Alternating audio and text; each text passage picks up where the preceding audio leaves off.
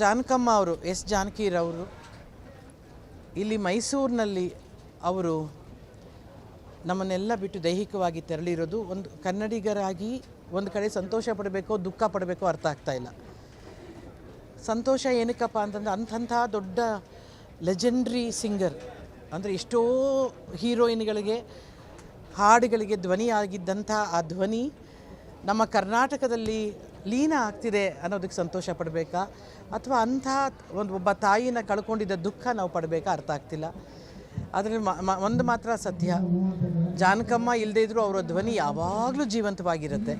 ಅವರ ಹಾಡುಗಳು, ಅವರ ನುಡಿಗಳು, ಅವರು ಮಾಡ್ತಿದ್ದ ಕಾನ್ಸರ್ಟ್ಗಳು ಅಂದರೆ ಪ್ರೋಗ್ರಾಮ್ಗಳೆಲ್ಲ ಮಾಡಬೇಕಾದ್ರೆ ಅವರು SPB ಅವ್ರ ಜೊತೆ ಆಗಲಿ, PB ಶ್ರೀನಿವಾಸ್ ಅವ್ರ ಜೊತೆ ಆಗಲಿ ಅಥವಾ ಸುಶೀಲಮ್ಮ ಅವ್ರ ಜೊತೆಯಲ್ಲಾಗಲಿ, ವಾಣಿ ಜಯರಾಮ್ ಅವ್ರ ಜೊತೆಯಲ್ಲಾಗಲಿ ಅವ್ರ ಪ್ರೋಗ್ರಾಮ್ಗಳು ಕೊಟ್ಟಾಗ ಆ ಪ್ರೋಗ್ರಾಮಲ್ಲಿ ಅವ್ರು ನಡ್ಕೊಳ್ತಾ ಇದ್ದಿದ್ದ ರೀತಿಯೆಲ್ಲನೂ ನಮ್ಗೆ ಅನ್ನಿಸ್ತಾ ಇದ್ದಿದ್ದು ಏನಪ್ಪ ಅಂತಂದರೆ ನಾವು ಎಷ್ಟು ಸೀರಿಯಸ್ಸಾಗಿ ಅವನ್ನ ನೋಡ್ತಿದ್ರು, ಅವ್ರು ಅಷ್ಟೇ ವಿಟ್ಟಿಯಾಗಿದ್ದರು, ಅಷ್ಟೇ ಖುಷಿಯಾಗಿ ಹಾಡ್ತಿದ್ರು, ಅಷ್ಟೇ ತಮಾಷೆಯಾಗಿದ್ದರು ಅನ್ನೋದು.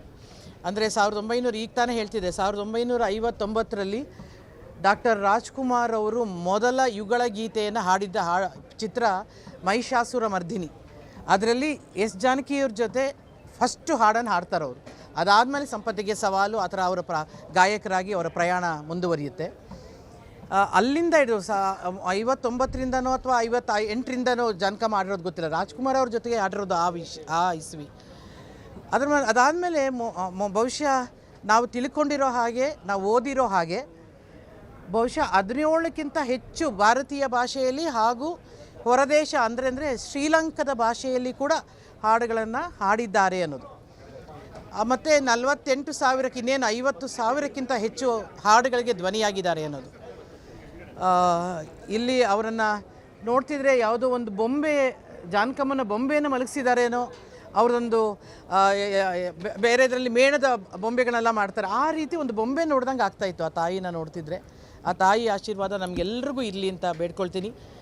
ಅವರು ತುಂಬು ಜೀವನ ಸಾಗಿಸಿ ಹೊರಟಿದ್ದಾರೆ. ಅವರನ್ನು ನಾವೆಲ್ಲ ಸಂತೋಷದಿಂದ, ಗೌರವದಿಂದ, ಮರ್ಯಾದೆಯಿಂದ, ಸರ್ಕಾರಿ ಗೌರವದಿಂದ ಕಳಿಸ್ಕೊಡ್ಬೇಕು ಅಂತೇಳಿ ಈ ಸರ್ಕಾರಕ್ಕೆ ನಾನು ಕೇಳ್ಕೊಳ್ತೀನಿ.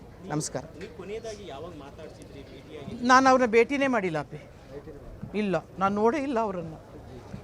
ನನಗೊಂದು ಅಪರಾಧಿ ಭಾವನೆ. ಈಗ ನಾನು ಅವರನ್ನು ಯಾವತ್ತೂ ಪರ್ಸ್ನಲಾಗಿ ಮೀಟ್ ಮಾಡಿಲ್ಲ, ಯಾವುದೇ ಒಂದು ಪ್ರೋಗ್ರಾಮಲ್ಲಿ ಅವ್ರನ್ನ ನೋಡಿಲ್ಲ.